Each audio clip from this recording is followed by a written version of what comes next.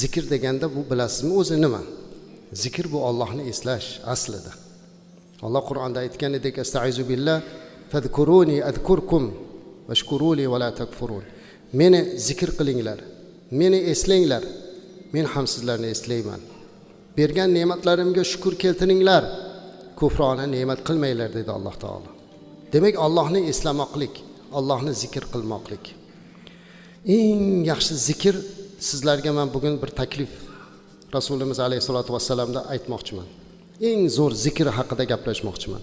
Zikrlar ko'p, zikr duolari ko'p, tasbihlar, subhanalloh, alhamdulillah, Allohu akbar.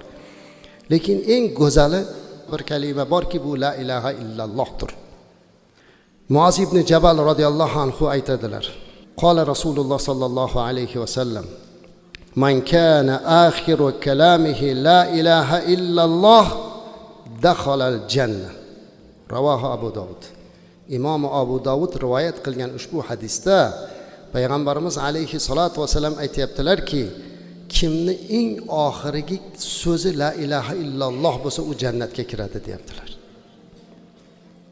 Eng oxirgi so'zi la ilaha illalloh bo'lsa, keksalarimiz, ustozlarimiz duo qilganda aytar ekan, Robbim ketar vaqtida la ilaha illalloh kalimasi bilan ketishni nasib qilgin deb. Birgina mana shu kalimani aytishlik bilan jannatga kirib ketadimi? Bu va'dani Rasululloh beryaptilar sallallohu alayhi vasallam, man emas azizlar. Lekin o'sha kalimani ayta olamizmi? Ertaga o'sha tilimizga doim kelishligi uchun biz nima qilishimiz kerak? Bu kalimani nafaqatgina tilimizga, balki uni qalbimizga joylamoqligimiz kerak bo'ladi. Iymonning sho'balaridan biri bu.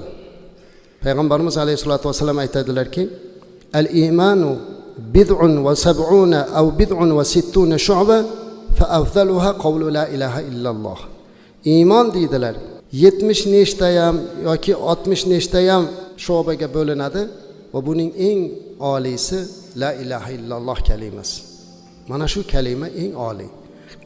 Bu kalimani ko'p aytishligimiz inshaalloh bizlarni jannat tomon yetaklaydi azizlar. Allah Qur'onda aytadiki, fa'lam annahu la ilaha illalloh. Bilginki, albatta Allohdan o'zga iloh yo'q. La ilaha illalloh kalimasi azizlar. Bu afzal zikr.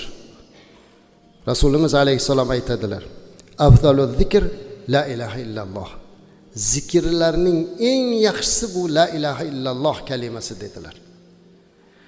Bu kalimani shunchaki aytib qo'ymasdan, balki